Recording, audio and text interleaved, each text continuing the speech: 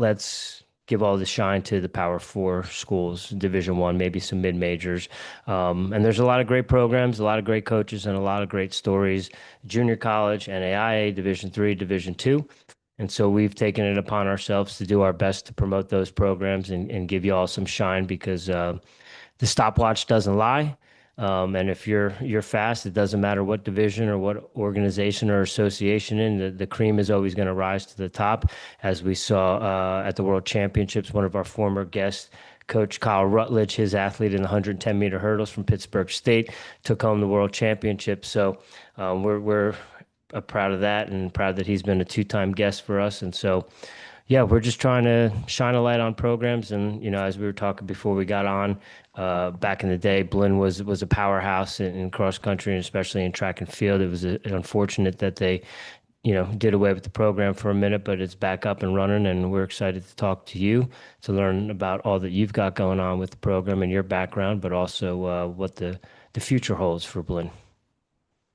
Awesome. I'm excited to be here, guys. We're excited to get it rocking and rolling. Ladies and gentlemen, howdy and aloha. We are here, you are there, and we do appreciate you tuning in for another episode of Airey Bros Radio. But before we get rolling, y'all know the drill. Make sure you hammer that like button and are subscribed on YouTube. Drop a comment, every review, and share helps us grow and give back to the sports we love. Follow us on Instagram, Spotify, and Apple Podcast. And as always, this episode is fueled by Black Sheep Endurance Coaching for all your ultramarathon and nutrition needs.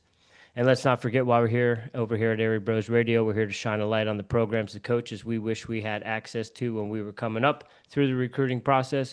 If you or someone you know is looking for the right fit at the next level, please do us a favor, share this episode with them. On to tonight's guest. Coach Jesse Parker is joining us from Blinn College. A couple of his highlights as they are relaunching the program in 2024. Both squads are cracked the USTFCCCA rankings, qualifying for the NJCAA Nationals, and now enter the 2025 season, ranked 10th on the men's side and 11th, on the women's side. The Bucs doubled their roster size this fall and posted massive time drops at the Texas A&M Invitational, competing against powerhouse NCAA Division I programs. Coach Parker spent 20 years at Sam Houston State, coaching an NCAA All-American and helping the Bearcats to 21 conference championships. Without further ado, it is an honor and pleasure to have you joining us this evening. We do greatly appreciate your time. Coach Jesse Parker, welcome to the show. Thank you for having me, guys, and thank you for that wonderful intro. I hear all that and it makes me feel old. Well, you said when you graduated from high school, and I've got quite a few years on you, so you're doing great. So age is just a state of mind. Yes, correct. Coach, before we get too far ahead of ourselves and get into the show, anywhere you would like us to share your socials or the program socials or the athletic department, anything you got going on you would like to plug or promote, the floor is yours. Yeah, real simple. You can follow us on Instagram at Blinn_XC. And you can also send me an email. It's just my name, Jesse, Jesse, .Parker@blinn.edu. Those are the two easiest and quickest ways to reach out to me. And please do if you got questions or if you feel like Blinn is a good opportunity for you. Awesome. And we'll put all that information in the show notes for you. Coach, I should have mentioned this before we got on, but I've been trying to get Jimmy to move to Texas for probably the last decade. So if you could do your best to sell the state to him, that would be great. Anyway, Coach, we all have our origin stories to the sport, how we got into it, how we got into coaching. Mine involves a fish tank and a 5-mile race at the age of 5. Jimmy involves following me around to gyms and cross-country courses at a very early age through high school and college. What's your origin to the sport, and how did that lead you into coaching? I actually feel like it was kind of unique compared to most coaches. So most coaches end up coaching a sport that they participated in. They had a passion for it. They kind of followed it. They had opportunities. Obviously, you gain a lot of knowledge and experience just participating in the sport. But throughout high school, I was a football player and a power lifter. I didn't do any running at all. I'll be honest, I'm a terrible athlete. But my best friend in high school was a very good distance runner. And the boys team at my high school, I had nothing to do with this, but they won two cross country state championships while I was in high school, my sophomore year and my senior year. And my best friend was on both of those squads. And so I was just always around it. Like I just like the environment, I like the culture. I like going to meets. I'm a kind of a numbers nerd. So like the numbers associated with cross country just attracted me in track. Um, and so that was kind of like my background. When I first got to Sam Houston, my sophomore year of college, I pretty much just volunteered to be a manager for the track team, just doing like, I don't know, I'll do anything. And one thing led to another. I had a unique opportunity to actually start coaching when I was a junior in college. There was a coaching turnover and they got into the cross country. We got into the cross country season that year and they hadn't hired a coach yet. And long story short, that's how I got started. I just kind of took over and did my graduate work at Sam Houston, and then they created a position and hired me full time as soon as I finished my first master's degree. And so that's kind of how I got started. I just enjoyed it. Like to do a lot of reading. Would read any training book. Would talk to anybody I could, and just kind of accumulate knowledge over the years. Okay. Okay. You said your first master's degree, so I take it you have multiple master's Oh, degrees? I'm one class. I'm actually finishing one class this semester. It's a graduate class in business and finance. I got bored a few years ago during COVID and just started taking a class, and one thing led to another, and I'm one class away from finishing it. I don't know if I'm ever going to actually use it for anything, but it was kind of fun to get. Yeah. Well, I mean, as we know, being a head coach is kind of like running your own business and being a CEO. So you might not think you might put it to use, but I imagine doing expense reports and budgets and fundraisers and recruiting is all business minded. So it's probably going to get put to good use. A lot of marketing. When I starting the program here, starting it from nothing, I used a lot of the stuff that I learned in like a marketing class in terms of like how to create value, how to communicate value to like customers. Only I'm thinking about it in terms of recruits. Because one of the things I realized when I first got here is Blinn's got a great college, like the amount of support, like the campus is amazing, but it hasn't existed in the running world in 30 years. So nobody in the running world is really familiar with just Blinn College in general because it's never been a consideration for anybody. And so that's been one of the big things just kind of starting out is um, going around and just trying to educate people on the opportunities here at Blinn, but also educating people in the state on the junior college level. Here in Texas, particularly Southeast Texas, there haven't been any junior college running programs. And so it was never really a consideration. Most high school athletes coming out of this area, they're going to go to an NCAA program, D3, D2, or D1. And junior college provides such unique and awesome opportunities, but they just haven't really been here. So, like I said, trying to educate people and show them that value, like I said, I kind of went back to some of those marketing classes I took. What has been the biggest learning curve starting a program from scratch? Yeah, probably the biggest learning curve is getting the athletes caught up to speed. And I think that was just, kind of where we were starting. I didn't start till the end of May, a year ago, a year and a half ago or so. And there was literally nothing. There was no athletes. Most coaches, when you take over a program, like there's already some athletes there. There's already like a structure in place that you kind of inherit, and you'll go and you'll make modifications. You'll bring your own ideas to it. But here, there was literally like nothing. And they were like, here are a bunch of resources, just do what you need to do. And so that was the first learning curve, was getting athletes and then getting them caught up to speed on what it took to compete at the collegiate level. Because by the time I really got to rolling in recruiting in May, most athletes had already made up their mind. And so I was either having to change minds or just move on to the next recruit who might still be open and open to consideration. So that was probably the biggest learning curve at first in starting a program from scratch, was just actually getting athletes on the roster and getting them caught up to speed so that we were ready to hit the ground in August when they got on campus. Did you leave Sam Houston for Blinn, or was there any? Yeah, Yeah. so uh, I always recruited junior college athletes. I feel like I made a living on Sam Houston when I was at Sam Houston on recruiting junior college athletes. And so I really developed like, and that was thanks to Dave Self. He's the head coach there. He was the head coach at Garden City Community College in the 90s. Had very good programs there. And so I learned a lot of junior college, just the system and how everything works via him. And so very thankful to him on that front. But yeah, I saw that Blinn was advertising like hiring a cross country coach in like April, and obviously I was intrigued.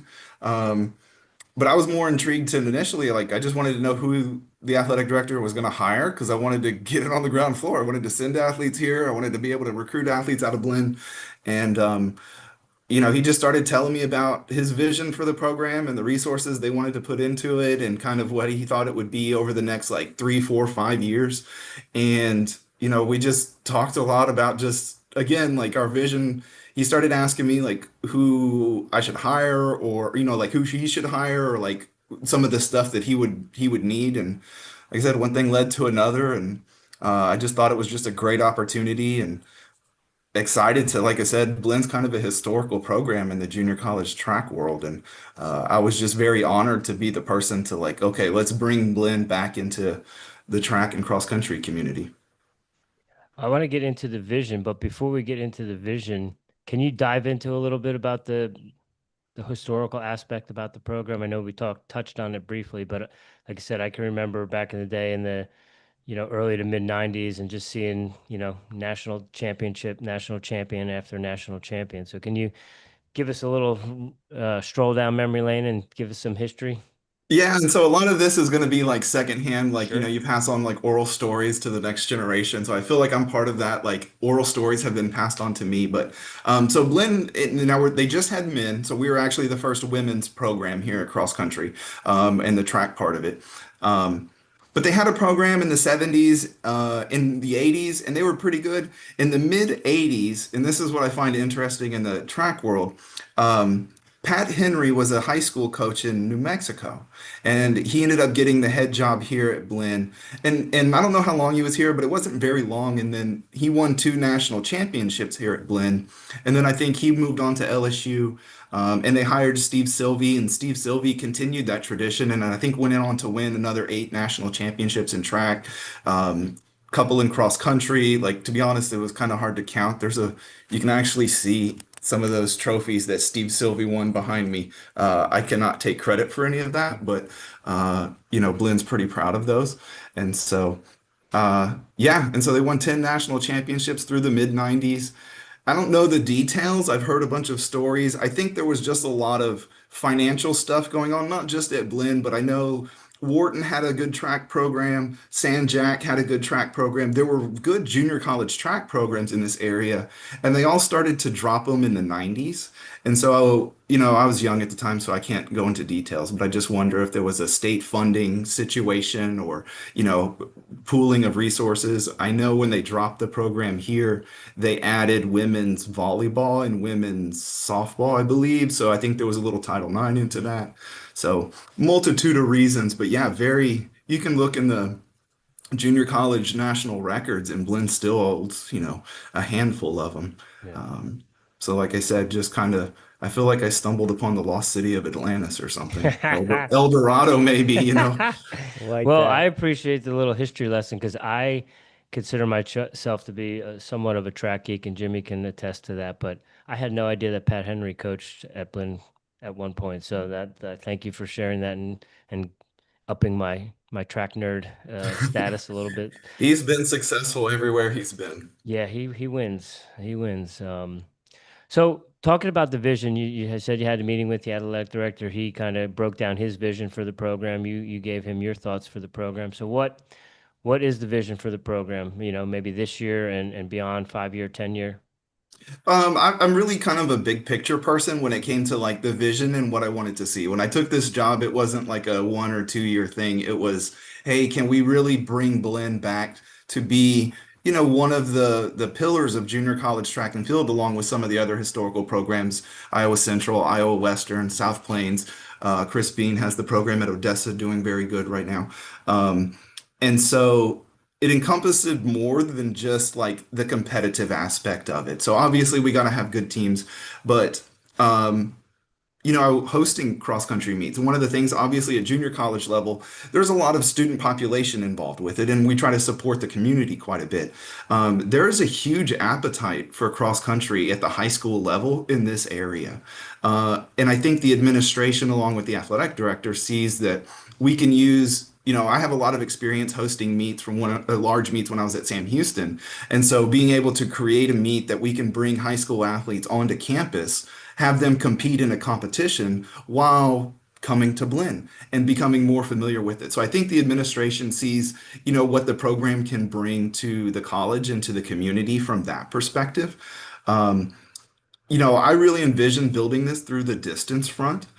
And that's not, I love the track and field aspect of it, and I love all of the power speed athletes, but I do feel like there's been a little bit of a hole in this part of the country with distance runners. Most of the good collegiate programs around here are very power speed oriented.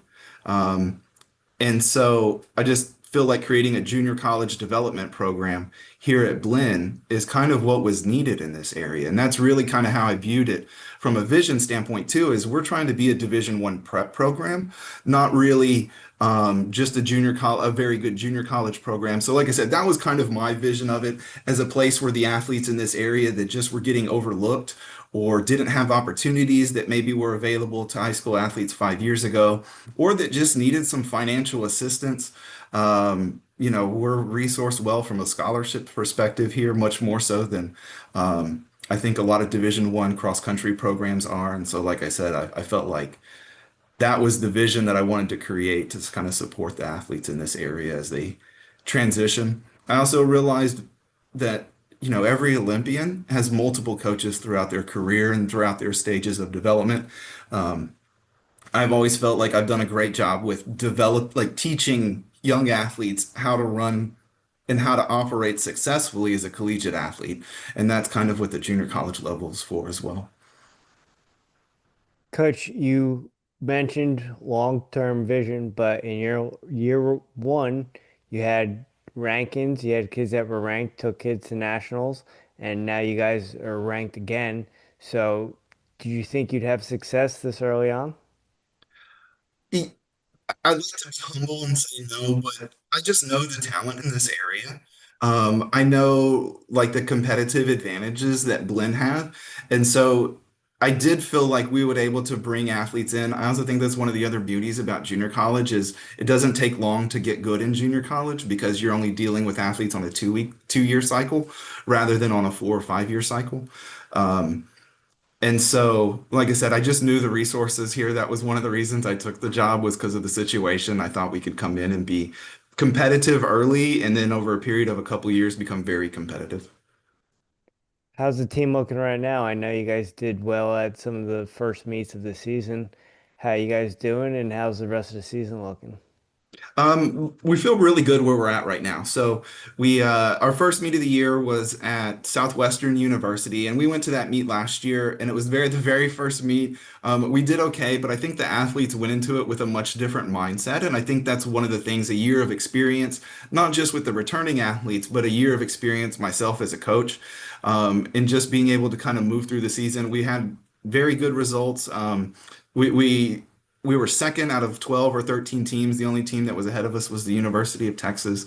So that was just kind of a nice feeling. The administration here was pretty pleased with that, just to see the competitiveness and how quickly we've improved since last year.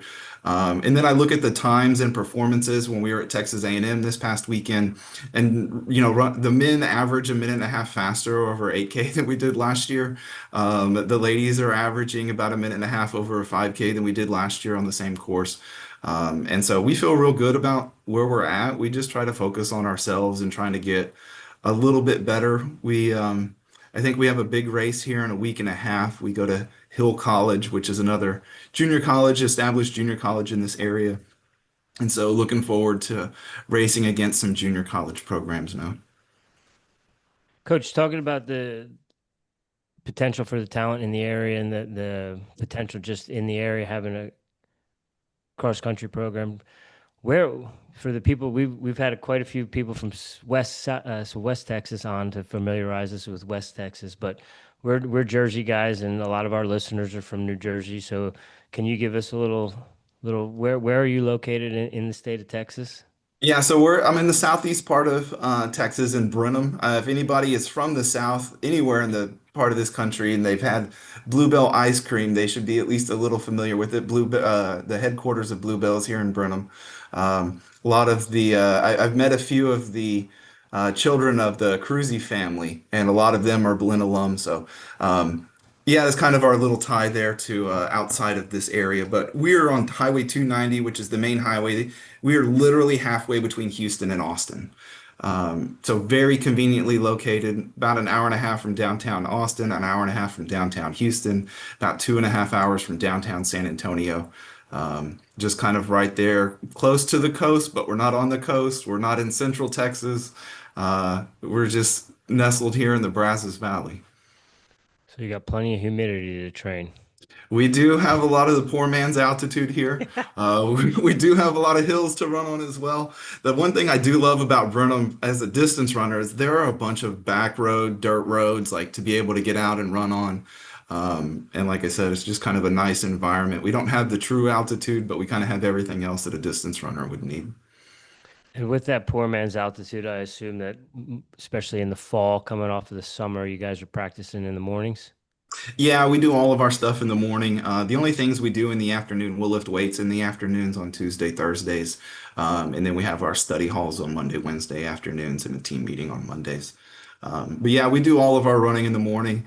I don't know if I'm kind of old school or kind of my approach, but I'm a very run one a day kind of coach. I do have a few athletes that'll double on Mondays and Wednesdays, but for the most part, we do all of our running in one morning session. Okay. So I assume no double thresholds for the Blinn No, Buccaneers. that's not really. I'm too old for that, I think. That seems to be one of the new age of training Yeah. stuff. I follow much more of Lydiard Daniels kind of co-approach. Those were probably the three big literature influences on my running coaching style. So probably a little old school from that perspective. We love the Daniels formula over here.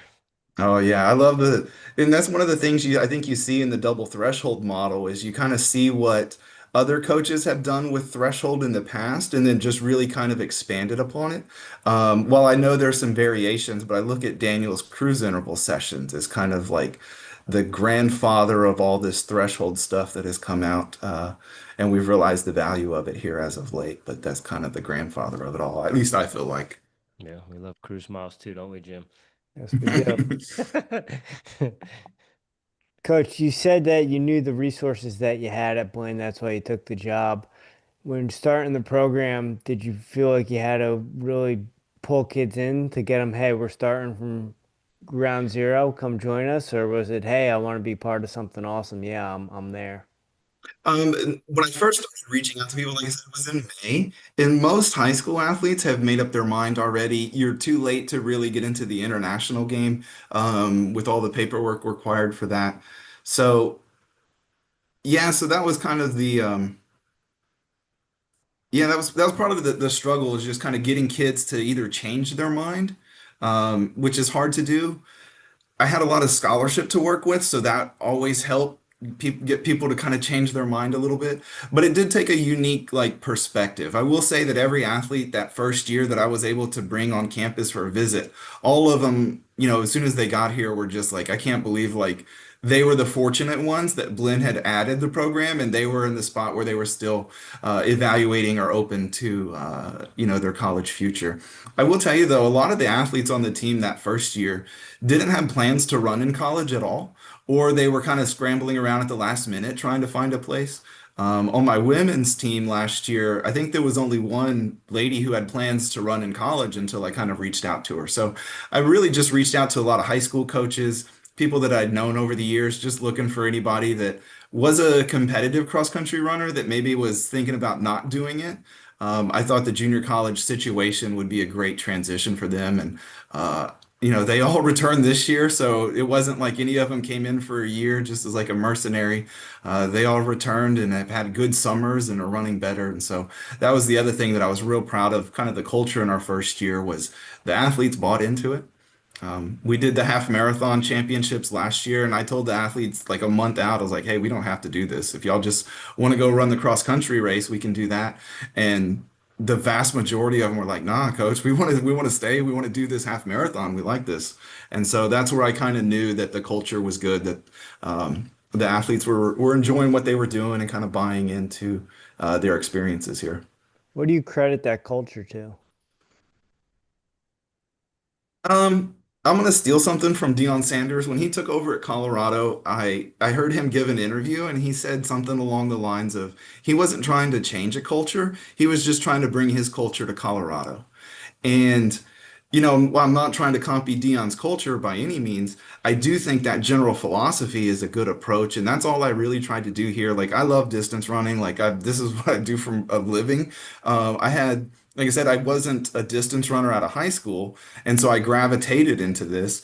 And so that's really what I just tried to do here. I just came in and, showed the athletes that I was going to always be prepared for practices. Like, I'm always prepared for meetings. And just tried to bring a professional like approach to what we were doing. And I think athletes, really anybody, was going to feed off of their leader and kind of operate how their leader does. I joke with people when oftentimes you see someone's dog and you see them and you kind of see like, ah, that's a person like that matches, like that makes sense. Well, I've always felt too, like athletes tend to take on the personality of their coaches. And so, like I said, I just really felt like if I just come in here and operate the way that I operate, like people are going to gravitate towards that and they're not going to know anything else. I agree with you with the dogs, coach. Yeah, Yeah, you can usually tell someone's dog and their personality kind of go along.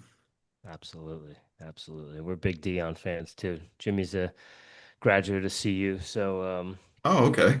CU Denver, but we love Dion and the attitude and the things that he's presented and created up there. So we do appreciate that. Coach, I'm curious, what's the student athlete experience like at Blinn Academics training? What's life like in Brenham?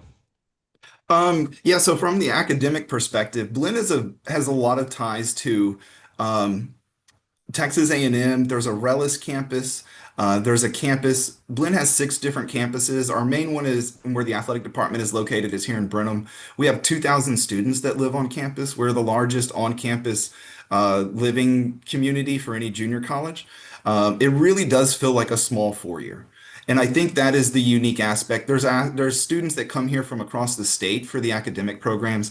Very good engineering program. Blinn has its own engineering program, but it also has a dual engineering program with Texas A&M. And so I do have a student athlete right now. Is very very intelligent, very good with engineering. And so he lives here in Brenham, lives on campus, does all of this stuff, but he takes 3 classes here uh, with Blinn, and then he takes 2 classes here on campus that are taught engineering classes that are taught by A&M professors.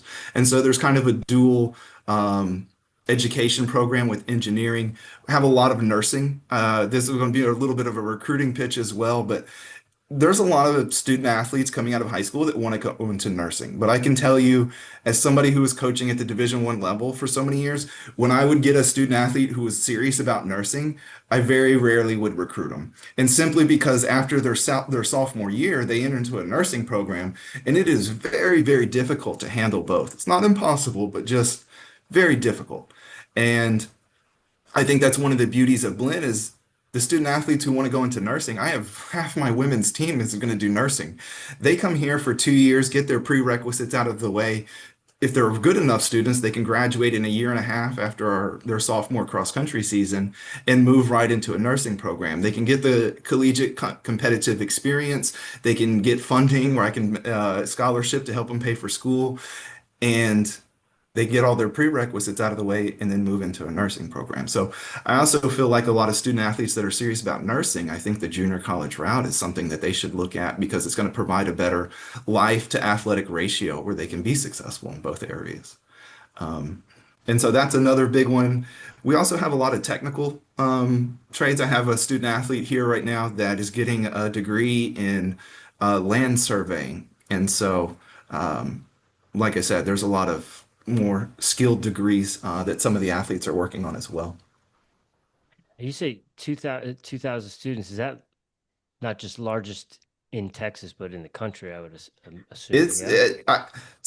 I'm kind of excited. Our national championships are in Fort Dodge this year. I've been on a lot of junior college campuses. I've never been to Iowa Central. I've never been to Iowa Western. I've heard really good things about both of their campuses. But yeah, like I said, it really feels like a small 4 year here at Blinn, and that's what, like I said, I think makes us unique in the junior college world. Yeah. Coach, where are you at right now as far as you ranked 11th and 10th, correct? Yeah, so the rankings came out today. The men are ranked 11th. The women dropped to 18th today. But that doesn't surprise me. I think, we had a good showing at our first meet. We competed at Texas A&M against a bunch of Division I programs, and I thought we competed well, but we didn't finish as high, and typically you're going to drop in the rankings. Just people like to see wins. But we're excited about, like I said, we go to Hill College, and so we actually get a chance to race against some junior college programs here in a week and a half. And then we're going to make a trip to Fort Worth to race at Dallas Baptist, which is they have a large meet that has quite a few Division II programs. Some of the better Division II programs in this region all show up there. And so this is where I think, we tend to hit our stride later in the year. Once we kind of get a chance to compete against athletes that are, of freshman and sophomore ages, versus some of the 4 year schools that we competed against this past weekend. You mentioned in that first year you weren't able to get any international students because you didn't have enough time. Do you have any international students now on the team? Yeah, so right now I have one. I was actually, so I say that I was able to get one international last year, but he was a transfer. Eric Legat transferred from Middle Tennessee. And so he was already here, and transferred in as a sophomore. He's graduating here in December. So this is his last cross country season with us. I do have a couple of international student athletes lined up to come into next year, but most of my recruiting background has been Texas. Like I said, I'm from the Austin area originally and been in the Houston area for so long. And there's so much talent in this area. The foundation of our program is going to probably be Texas kids, at least as long as I'm here. I do like to have a few international student athletes. I think they help bring a little bit more maturity to our team. Sometimes when you have a team full of 18-year-olds, it takes a little time to grow up. And so when you have a few internationals or a few more mature athletes on the team, it helps kind of facilitate that. And you tend to get a little bit better professional approach from the young athletes when they have somebody who can model it for them on how to be a professional. Mentioning having a little bit older students that are more professional, do you feel they're like an assistant coach to you and kind of help you as far as, hey, this person's a little bit older, listen to them and they follow suit? Oh, absolutely. When Eric got here, Eric was a godsend. And so it was a bunch of 18-year-old fresh out of high school athletes. And then Eric transferred in having 1 year of college experience already. And that was one of the things that Eric and I talked about early was just his experience on how to function well at practices on a consistent basis, how to live a structured life outside of practices so that you're not interfering with your academic work or with your athletic pursuits. Um, and he's really kind of been the glue that has held, I thought, that has one brought both our men's and women's teams together, and helped create a good like internal culture within them when I'm not around. And so he's really been a godsend. Like I said, his just being a little bit older and a little bit more mature and having a year of collegiate experience, I think helped that transition a lot for the young athletes last year. And then now this year, having a bunch of returners who have gone through the fire once, kind of know what to expect, have a good indication on how to prepare, is makes life a lot easier this year than last year when I was having to demonstrate and spend a little extra time getting everybody caught up to speed quickly. Coach, when are regionals? So our regional meet, yeah, is October 18th. We are actually hosting our regional meet. This is the first year that Region 14 has had a cross-country championship since I'm gonna guess the mid 90s. I don't know the exact date, but since all the programs in this region dropped it. And so this is the first year that we have enough schools to qualify for a regional championship. So we are hosting that on October 18th. Pretty excited about that. The other thing that I'm hoping this does is continues to grow the sport at the junior college level. There's some other junior colleges in this area that have started dipping their toe into track and cross country.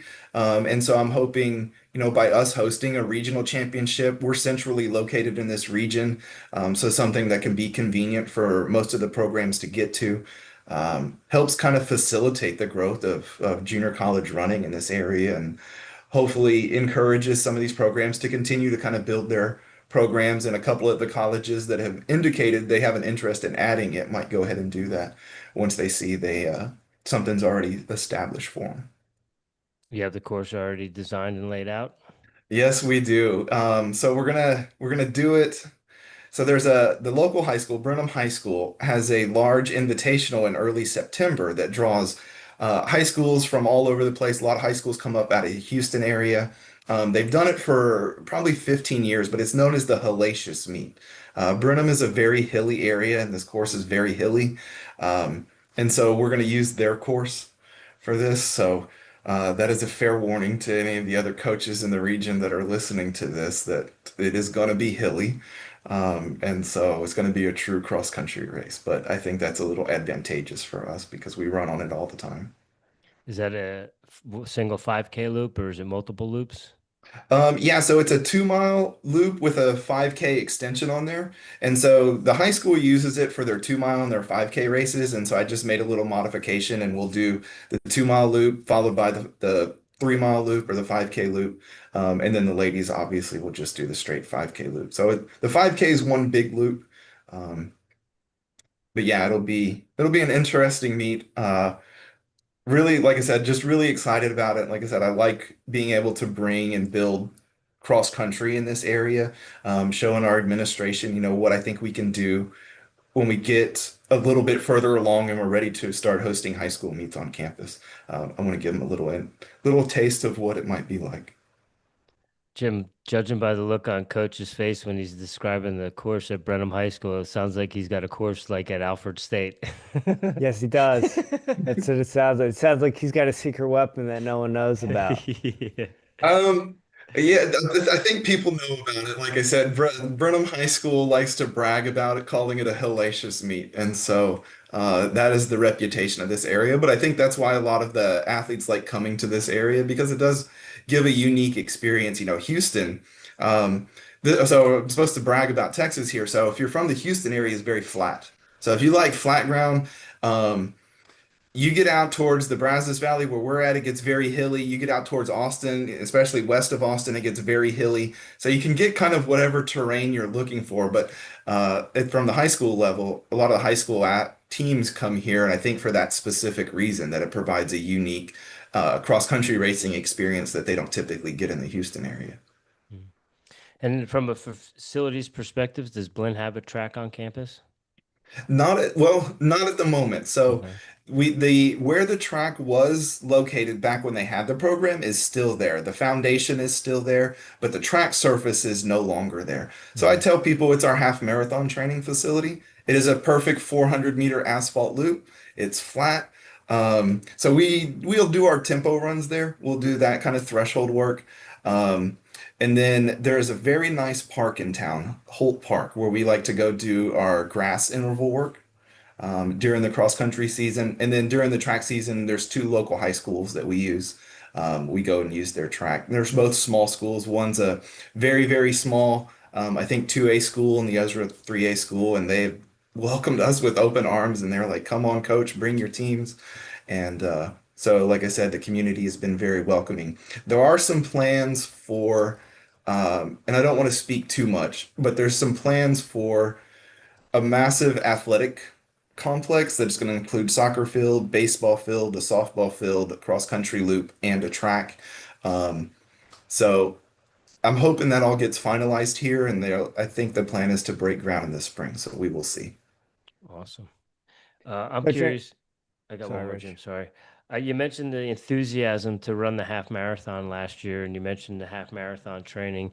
Is that something that you pepper in a little bit of maybe half marathon specific stuff, or is it more like we're all in on the cross country and our long run is going to take us and carry us through for the half marathon championships? Yeah, we're all in on cross country. Like that's the holy grail.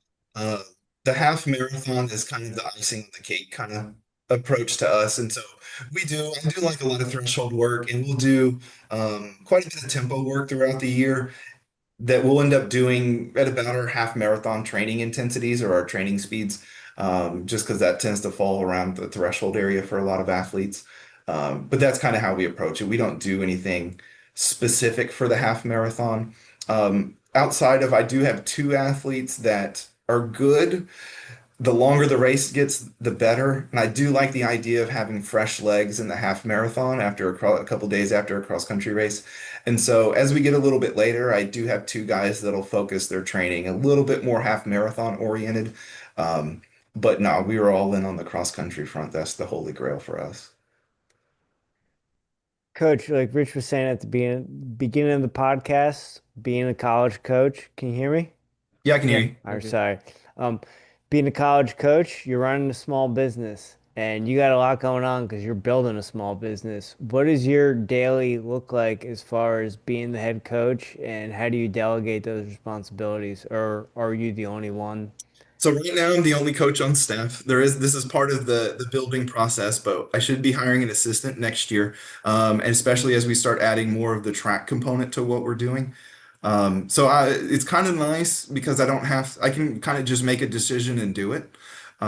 It's also a little bit of a challenge. I'll say that has been one of the hidden challenges in the first year is not necessarily having an assistant to bounce ideas off of or just trying to give me feedback. Like I see this with this athlete. Do you also see the same thing? What are you seeing with them? Um, Now, this is how it's been my entire coaching career. I've had some good managers over the years, but I've never had like an assistant. So this is not anything abnormal for me, but I'm usually up at like 5 a.m. We start practices sometime between 6 and 6:30. Finish in practice about 8:30. I go home, I walk the dog, get showered and cleaned up, come back to the office looking kind of at least a little bit more professional rather than wearing practice clothes.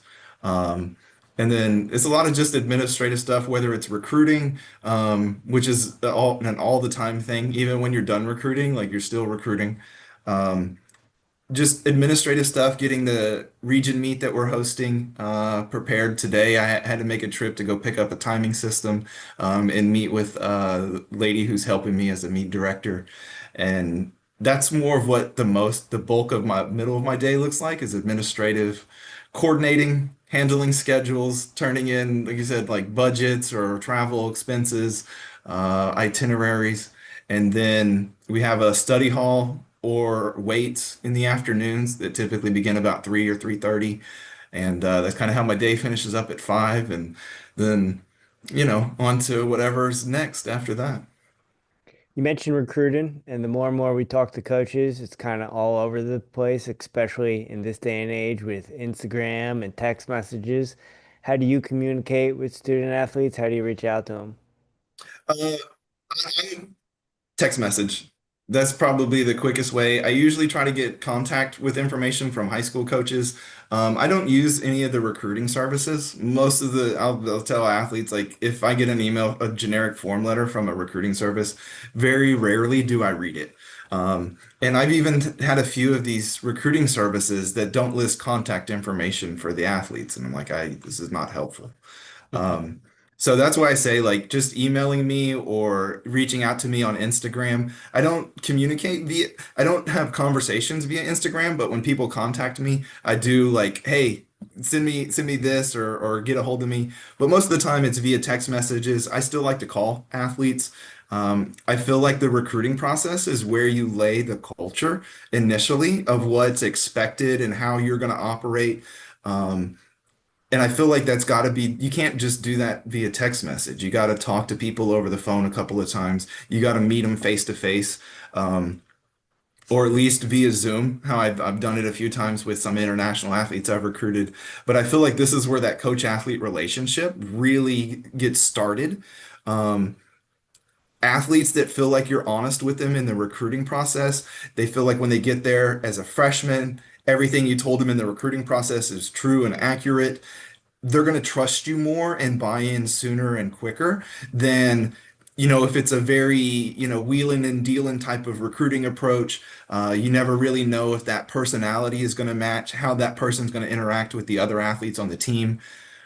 And so I've done this long enough. Like I'm not so driven that I'm gonna have a terrible culture just to try to win. That's miserable for me as a coach. Like that's just not fun. Yeah. Even when you win, it's like I've had athletes over the years. I had a very good athlete when I was a young coach that I just could not stand. And after he was a regional qualifier on the track, and I remember after his last race, um, he didn't run a very good 5K. His parents were there. He was like, Coach, I'm gonna go home with my parents. And I was like, great. And then I deleted the number out of my phone and we moved on. And it was just, he was difficult to deal with and it was a little bit of a culture problem. And so I learned very early on that I want to have athletes that like being here, that are buying in. And so that foundation is set in the recruiting process. So, Coach, I wanted to go one way, but you brought something up there, and I want to touch on that because I've coached wrestling, I've coached CrossFit, and I've had those members that show up to the gym, and when they come, you're like, oh man, you had to come to this class, really? Hmm. But Hmm. I also know that there's a benefit to trying to work with that person or trying to not let that person bring me down, right? And obviously, you've been in this game for a while. So how do you address that if maybe you recruit someone and then they show up on campus and they're not the person you thought they were, but they're on your team, they're competing well, they're going to all their classes. How do you address that? Well, so one of the things that I love about working with this age group, and again, why I thought the junior college level is a good fit, because this 18, 19, 20 years of age is such a crucial age range for the vast majority of people. It's the first time they're really out on their own. The traditional person has grown up in their house, they're sleeping in the same bed, mom and dad, or brothers and sisters are around, there's some sort of family structure, and all of a sudden they go to college and that family structure is gone, or it's a distance. And so you really kind of form a lot of, you solidify who you are, I feel like, at this age.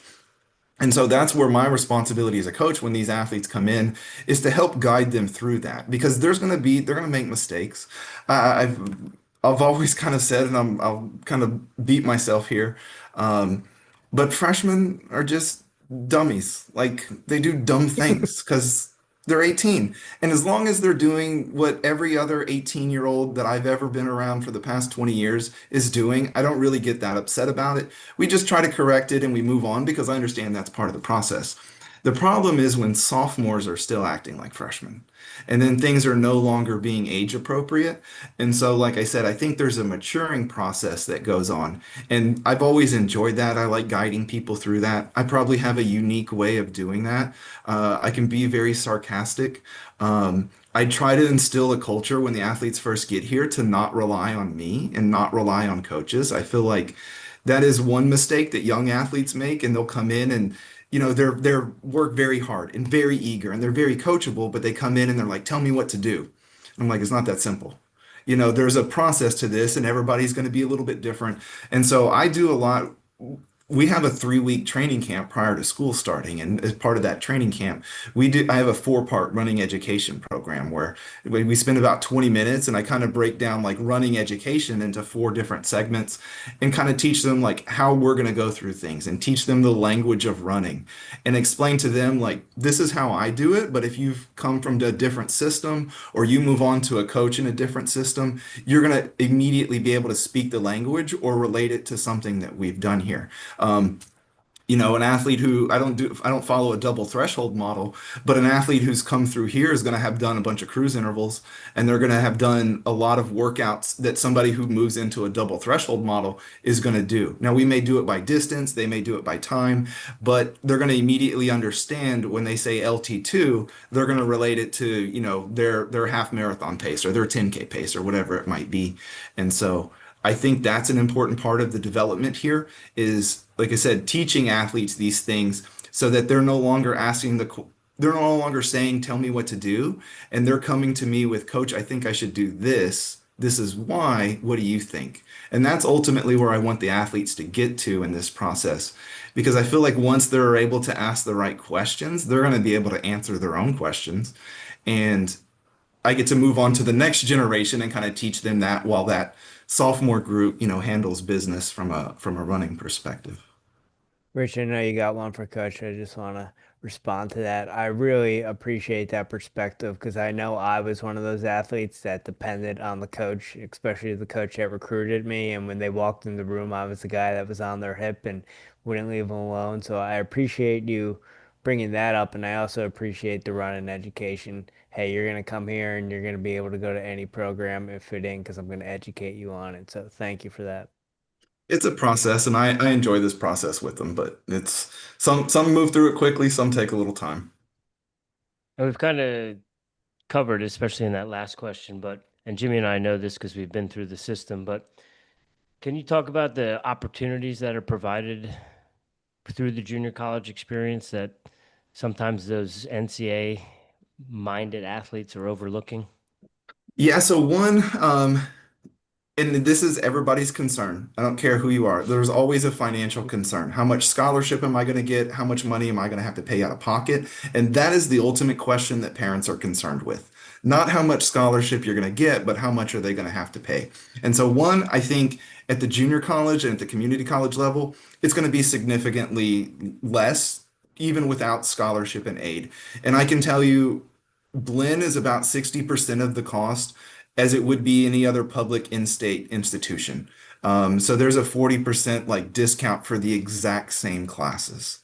The exact same classes that are going to transfer to the four-year institution. So that is the other part of it that I've been trying to explain to people. Coming to Blinn doesn't change your long-term plans of competing at a D1 program or competing at a Power Four or transferring on and getting a degree from Texas Tech or A&M or wherever it might be.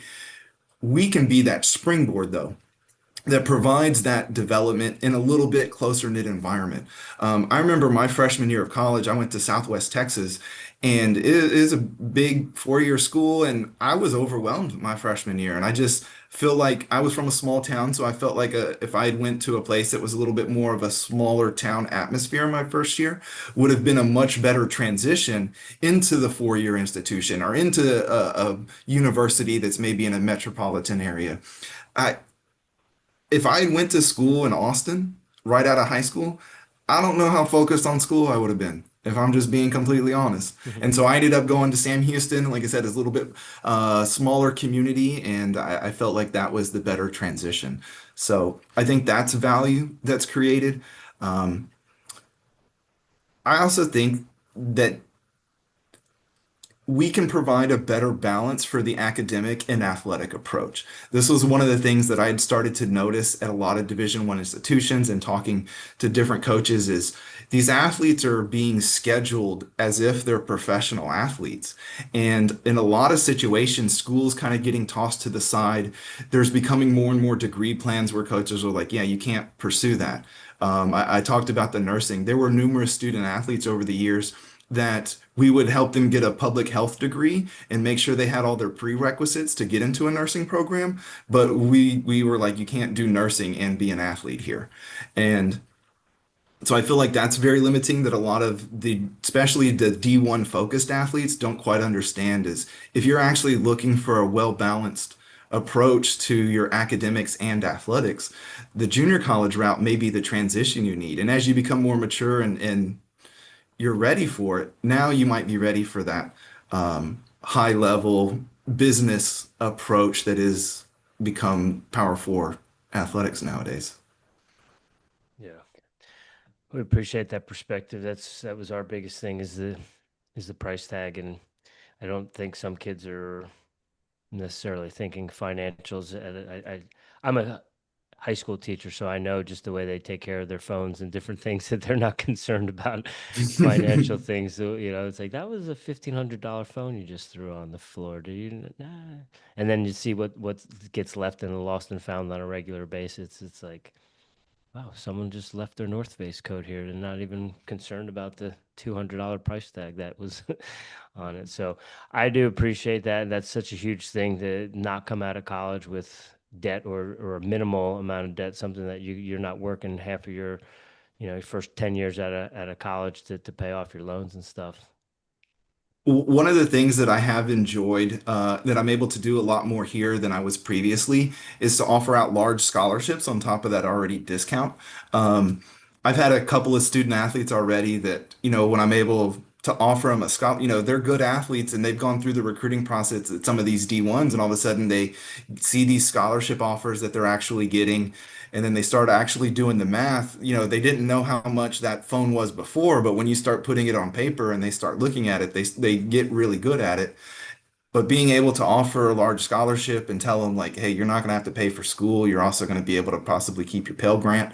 Um, just the smile that I would see on some athletes' faces or on parents' faces, that sense of relief. And this may be my ego coming out a little bit, but I like being able to do that for people. And like I said, put people in good situations that they feel like, okay, this is the environment where they can be successful. Coach, another point you made that I definitely didn't realize it, but you said you're taking the same classes. You're gonna have to take the same classes here. It's just half the cost or, not the cost. And I don't think kids understand that. They want to have that sweatshirt with whatever the logo is to, when they go to the local grocery store, oh, I'm going here, or when they're walking down the hallway and see all the flags where kids are going to school. The junior college might not be as sexy, but at the end of the day, you're going to have less debt and you're getting the same education. Well, and I'm not trying to change that plan. Walk around here with your A&M shirt on. I want you to go to A&M after this. Like I'm all for like that's we're the junior college is the original transfer portal. Like this is the idea of come here and go there. But when you're in a 4-year institution and somebody's there for 2 years and then you have a meeting in your office and they're like, I want to enter the transfer portal, it's always awkward and weird and uncomfortable, even when it's done for the right reasons. But here, when an athlete comes up and says, like, Coach, I want to transfer to A&M or I want to transfer to the University of Houston or the University of Incarnate Word or Stephen F. Austin, I'm all for it. Like, that makes me look good. That makes Blinn look good. I want him to go on and be successful. And when people look at their T-First profile, they're going to see previously ran at Blinn College. Like, that's what I want on their T-First profile. Coach, is there anything about Blinn that we haven't covered that you want our audience to know? This may speak more towards parents or other coaches, but Dr. Hensley is the chancellor here at Blinn. She is absolutely amazing. Just as the overall person that makes all the decisions with Blinn College, she is very supportive of athletics. She has been very supportive of adding the cross country program here. And this is where I say to parents, like, you can talk to some really good coaches. There's a lot of really good coaches that are in really bad situations because of their administration above them. And so, like I said, that has been just like such a pleasant surprise and just been an amazing here is the support from administration, not just my athletic director, but the person above my athletic director as well. Rich, do you have anything else for Coach before we get in the Final Four? I mean, I could talk Daniel's running formula, and then I do have one more. Yes, before we get in the Final Four, Coach, you mentioned you love devouring coaching books and coaching literature. You mentioned some of the stuff with Daniels and Co. And Lydiard. Do you have a favorite training manual or training book? I mean, I do consider Daniel's kind of the Bible, though I probably haven't opened it up in a while. Though I read Running to the Top by Lydiard, which, is a very simple approach when you look at it. But that was probably the first book that I really read that pieced together training that I went, oh, okay. I understand how all this flows. The periodization that he put together, and people have modified it, but I take a lot of pride in the athletes running their best when it matters the most at the end of the year. And like I said, I think that was really kind of established with Lydiard. So those are kind of the two big ones. Cool, thank you. I'm just looking over here at I have actually have running the Lydiard way, so that's a Yeah. different version. But I scored that at the bookstore in Leadville, Jim. I All don't know if you were So right. with me that day. So interesting story, and I got a bunch of stories. So, um, I actually have two books with Arthur Lydiard's autograph in it, and he dated them, and they are literally dated the day before he passed away. So he was in Houston, and he gave a lecture at one of the hotel's conference rooms near one of the IAH, the airport in Houston. And I got most of my team in a van, and we went. I was like, "We're gonna go listen to this guy," and he was old at the time, and very good lecture, and he autographed the books. And then the next day, I actually think he was in Huntsville State Park as part of an ultra marathon, just like helping. I may be slightly wrong on that, but yeah, he ended up passing away the next day in Houston. And so those are one of my like all-time favorite possessions. I also have, and I posted these with Dr. Daniels passing away recently, but I have his autograph and some words of encouragement on the first two editions of his books that I have. And then the third autograph that I have that I cherish a lot is from John McDonnell. And I got that when I was a sophomore in college. I saw him at the Texas Relays and ran up to him like a little fanboy and was like, I had just this little notebook paper and I was like, can I have your autograph? And he was with Alistair Craig at the time. Hmm. And he turns and he goes, this is the guy's autograph that you really need. So I have a piece of paper that has John McDonnell and Alistair Craig's autograph on it. So those are my three big coaching cherishes right there. Oh, that's amazing. I had I don't know, I lent it to someone, I never got it back, but I had Joe V. Hill's autograph in his training manual, and yeah, I'm kicking myself. I was told by a coaching mentor a long time ago. He said two things you don't ever lend people is CDs and books because you'll never get them back. Well, he was right about the books. CDs don't really exist anymore, but I learned my lesson, and I don't lend out books unless I'm gifting them to people these days. That's probably good policy. Yeah. Coach, I do have one other thing. One thing we need, if you got time. Yeah, I got plenty of Yeah. time. One thing we didn't touch on is, and if we did, I'm sorry, but is there dorms there? What are as far as like the living facilities, cafeteria, things like that? Can you just speak on that real quick? Yeah, there's quite a few dorms on campus, and they come in different levels. We have like dorms that are run by Blinn. That they're apartments. Like you have your own bedroom. Like there's a kitchen in them. So there's very nice dorms from that perspective. We also have like traditional dorms, like a suite style. And this is kind of the primary ones where the most of the athletes stay, where you have a roommate and then you have a bathroom that you share with two other people. Um, we also have some dorms where I do have a few of the cross country runners, and basically everybody has their own private bedroom, and then they have there's four bedrooms attached, and then there's a common limiting area to two bathrooms. So there are a lot of different dorm options here, different levels, just depending on the situation. We do have an athletic dorm, Melcher Hall, where that is our women's dorm. So women's cross country, volleyball, women's basketball, softball, soccer are all in there. So it's kind of an athletics dorm. The dorm where men's cross country stay is kind of a small house type dorm, but the men's basketball team is in there. The athletic director here is the head men's basketball coach, so I took that as a good sign that he trusted me in the culture of my athletes to put them in the same dorm with his basketball players. Nice. Sorry, I left that out during the podcast, but that's one thing we like to address for any potential recruits so they can listen to this and get all the fine details. First Final Four question I have for you. Are you a coffee drinker? No, All right. I Power I to I, you. I can't stand it. I only drank coffee twice a year, and it would be when I'd go hang out with my grandfather before he passed away. And like every small town in this area, every old man goes to the coffee shop at 5:30 in the morning. And so I would go with him, and I had to drink coffee because everybody else was, and I wasn't going to be the only person not drinking coffee. But it was terrible the whole time. Do you do caffeine or no caffeine? Um, yeah, I'm trying to wean myself off a Diet Coke addiction. So that's been where I usually try to get my caffeine. Okay. All right. Well, if it makes you feel any better, you're not the only coach out there with a soda or Diet Coke addiction. It's it's almost like an anxious, like nervous reaction sometimes. Yeah, I mean, we've had a couple as of late that are Mountain Dew fanatics, so don't worry about it. Coach, do you have any daily practices or rituals you do on a regular basis to show up as the strongest version of Jesse Parker?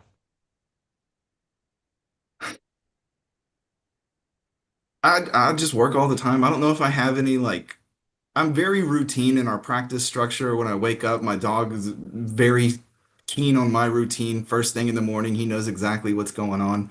Um, but I'm not superstitious really in any way. So I don't think I have any like specific routines. It just kind of depends on what's required of that day. I do think that's what I enjoy about the job is every day is a little bit different. Okay. What kind of dog do you have, and what's his name? His name's Jackson. He's probably about 8 or 9.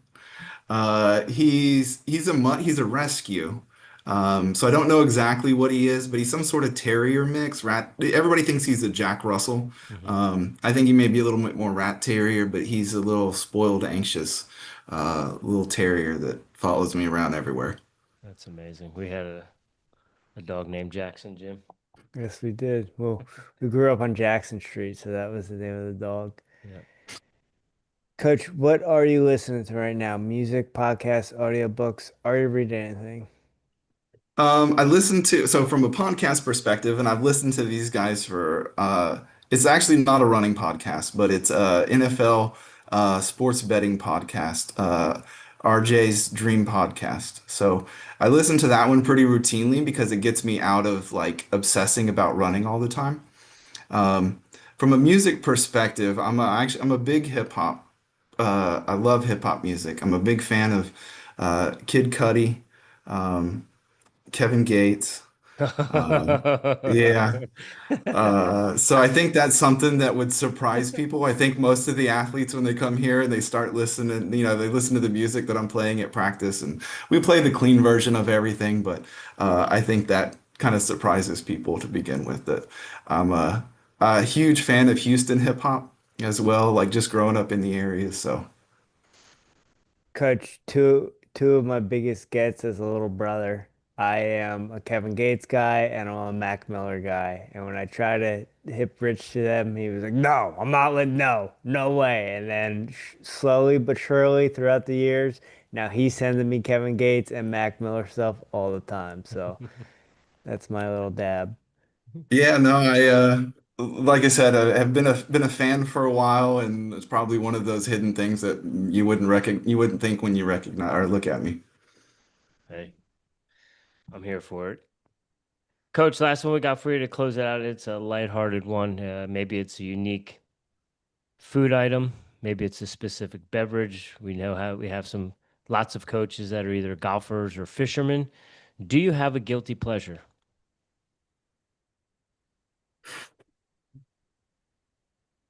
And I watch a lot of football. I watch a lot of NFL. Like that is what I like. That is my escape from work and from running. So that's probably my guilty pleasure, just in all facets. So Okay. Are you a that's my Cowboys escape. fan? Are you a Texans fan? Is it something Uh, out of state that you've gotten banished um, for? So I have two football loves, and I feel cursed. So well, obviously a Dallas Cowboys fan. I lived in Dallas, in like inner city Dallas, in the 90s when they were winning Super Bowls. But my mom's side of the family is all from Western New York. And they're from North Tonawanda, which is near Niagara Falls, in Buffalo. And so I grew up a Bills fan. So the first two Super Bowls the Bills lost, we lived in Western New York. And I'm a, you know, kid in elementary school, and so I love the Bills. But they lose the Super Bowls. We moved to Dallas after their second Super Bowl loss, which is when Dallas gets hot and goes and plays the Bills in the Super Bowl. And I just thought whatever team I rooted for growing up was just automatically in the Super Bowl. And it's been a long time since then. Hmm. So those are my two loves, the Cowboys and the Bills. So yeah. Okay. Okay.